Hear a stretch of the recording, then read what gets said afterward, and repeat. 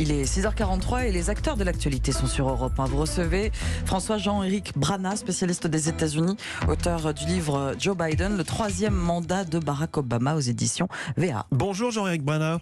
Bonjour. Bienvenue sur Europe 1. Alors il continue de nous surprendre, Donald Trump, on l'a entendu il y a quelques minutes. Il reprend ses conférences de presse régulières sur l'épidémie. Il affirme que la situation va empirer avant de s'améliorer. Et enfin, il se met à porter un masque de protection, un acte patriotique, dit-il. Alors là, on est vraiment dans un retournement de doctrine complet. Oui, on a découvert un Donald Trump tel qu'on aurait aimé le voir depuis très longtemps, qui utilise son temps pour faire passer un message de santé publique, qui respecte la parole des experts médicaux, qui fait l'éloge des travailleurs de santé qui sauvent des vies, qui évite les attaques contre les démocrates et qui exhorte les Américains à porter des masques et à se tenir à l'écart des lieux bondés. C'est vraiment l'anti-Trump par rapport à ce qu'on a pu avoir depuis 6 mois. Et on retrouve celui qu'on avait vu très brièvement pendant 3 mois, qui expliquait que l'Amérique allait vivre des temps très très difficiles. Ça avait duré 2 semaines avant qu'il reparte en campagne et qu'il oublie complètement ce message pour prendre le contre-pied et expliquer que la pandémie n'existait pas.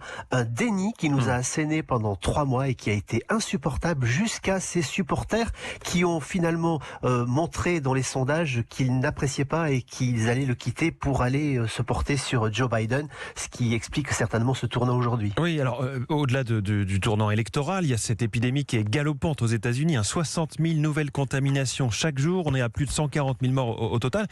En fait, Donald Trump se rend compte qu'il ne peut plus faire comme si le gros de cette vague épidémique était passé. 1122 morts hier aux États-Unis. Effectivement, c'est une vague qui est en train de monter brutalement et Donald Trump l'a dit hier, le pire va encore venir, ce qui veut dire que effectivement on peut plus y échapper. Ce pire, entendons-le, se passe dans le sud des États-Unis, c'est-à-dire dans les États qui sont tenus par des républicains, alors que justement la stratégie de Donald Trump et des républicains était d'expliquer que c'était une mauvaise gestion démocrate qui faisait que cette pandémie se répandait aux États-Unis. Aujourd'hui, on n'en est plus là. Et c'est vrai que ceux qui l'ont suivi, ces troupes les plus fidèles, qui répétaient ces messages totalement absurdes qu'on voyait se dérouler sur les réseaux sociaux, se trouvent bien démunis aujourd'hui et face à cette catastrophe que les États-Unis doivent maintenant remonter. Juste sur ce masque, c'était devenu depuis des semaines un emblème politique avec beaucoup d'Américains qui refusaient de le porter au nom de la liberté. Et là, on invoque le patriotisme pour le porter. Et le terme de patriotisme, c'est un mot qui a du sens, notamment aux États-Unis. Absolument. Donald Trump a joué sur 2 images en particulier, celle effectivement de la liberté individuelle qui est si chère aux Américains, en expliquant que le gouvernement n'a pas à intervenir dans la vie des gens et que c'est à chacun de faire ce qu'il veut, et celle de la force qui est que l'on peut résister et qu'on n'a pas besoin de mettre un masque. Et lui-même a expliqué à de très nombreuses reprises qu'il ne faiblirait pas, qu'il ne céderait pas et que ce masque, il ne le porterait pas.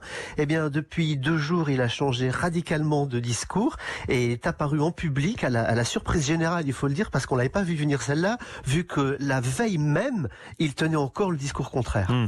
Vous parliez des sondages. Est-ce que c'est panique à bord en ce moment dans le camp de Donald Trump en vue de la présidentielle en novembre? Quel est le rapport de force aujourd'hui avec Joe Biden ? Ah oui, c'est totalement panique à bord. Écoutez, un simple chiffre, on pourrait citer énormément de sondages, mais il y en a un qui est paru il y a maintenant 4 jours, réalisé par ABC et le Washington Post, qui donne un écart de 15 points entre Joe Biden et Donald Trump. Et bien, figurez-vous qu'exactement le même sondage, il y a exactement 4 ans, donnait un écart de 3 points entre Donald Trump et Hillary Clinton, c'est-à-dire, comme l'on dit, dans la marge d'erreur.